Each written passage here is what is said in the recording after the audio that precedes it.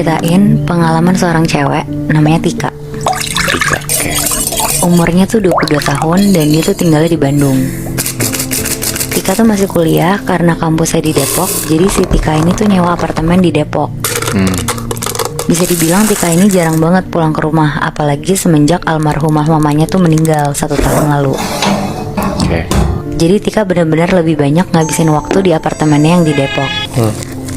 Sampai akhirnya pas Tika lagi libur semester, Tika kepikiran buat pulang ke rumahnya yang di Bandung. Walaupun sebenarnya rumah di Bandungnya ini tuh kosong, cuma ada orang yang jaga doang. Karena dari kecil Tika emang tinggalnya sama mamanya aja berdua. Oh, dia anak tunggal. Iya, dia anak tunggal Moy. Terus. Itu juga jadi alasan terbesar kenapa Tika udah lama gak pulang ke rumahnya. Ya karena setiap dia pulang ke rumah, dia tuh jadi sedih lagi sama dia kepikiran mamanya yang udah gak ada. Jadi Tika nih berusaha buat ngedistract pikirannya dengan dia tinggal dan kuliah di Depok. Tapi karena dia juga bingung mau ngapain lagi di Depok, akhirnya dia pulang ke rumahnya. Tika naik travel dari Depok ke Bandung. Sebenarnya pikirannya Tika tuh selalu mamanya. Dia selalu ingat apapun yang dia dan mamanya lakuin di rumah. Tika juga sempat netesin air mata pas di travel. Tapi di sisi lain dia juga harus kelihatan kuat kan, karena udah setahun yang lalu mamanya meninggal. Setelah 4 jam Depok Bandung, akhirnya kira-kira jam 5 sore sampailah Tika ke rumahnya. Dari pas masuk pagar, Tika mikir apa dia jual aja ya rumah ini. Karena dia ngerasa rumahnya tuh gede banget untuk dia tinggalin sendiri. Pas pikirannya lagi kemana-mana, tiba-tiba dia disamperin sama Pak Rahman. Pak Rahman itu tuh yang biasa jaga rumah Tika selama Tika di Depok. Pak Rahman nanya, "Neng di Bandung sampai kapan? Mau ditemenin nginep nggak?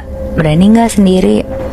Tika jawab, "Belum tahu sampai kapannya Pak. Nggak usah ditemenin, nggak apa-apa. Ini kan juga rumah saya, kenapa harus takut?"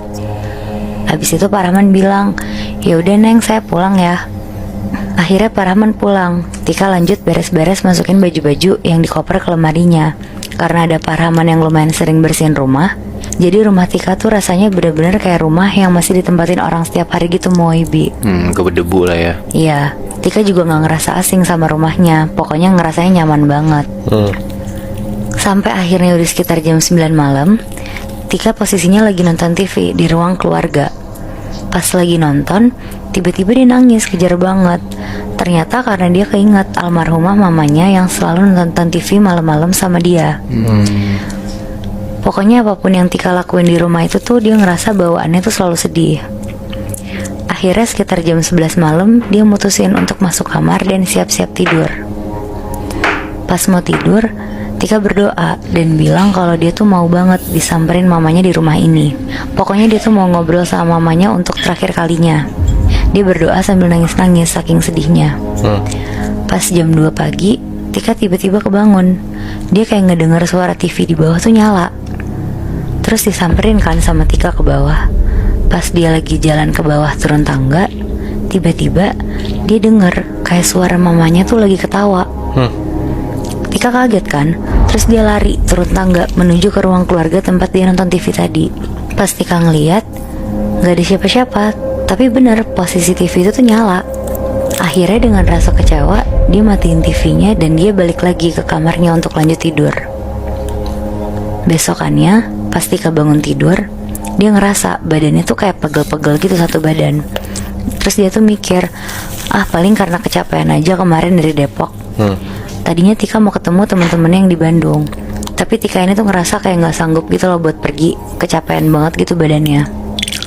Akhirnya dia mutusin untuk di rumah aja, istirahat dulu, baru besok pergi ketemu teman-temannya. Karena Tika sendirian, jadi dia sebenarnya gabut kan. Akhirnya dia ke kamar mamanya dan dia buka-buka album foto lamanya. Pas dia buka, dia kaget banget. Tiba-tiba ada suara, Tika. Di situ Tika kaget banget karena itu suara yang persis banget sama mamanya. Tika ngeliat sekeliling tapi nggak ada siapa-siapa. Dia jalan ke arah jendela kamar mamanya, nggak ada orang. Bahkan dia tuh sampai buka pintu kamarnya, nggak ada siapa-siapa juga. Tapi di situ Tika agak seneng karena dia ngerasa mamanya tuh denger doa dia. Akhirnya dia nyoba nyari dan dengerin suara yang manggil dia itu. Tika keluar kamar, dia jalan, masih ada tuh suaranya. Makin lama suaranya makin jelas dan asalnya tuh ternyata dari lantai 3 rumahnya. Nah, lantai 3 rumahnya itu tuh loteng. Tapi di situ Tika tetap ikutin suaranya. Dia naik ke tangga atas, jalan pelan-pelan.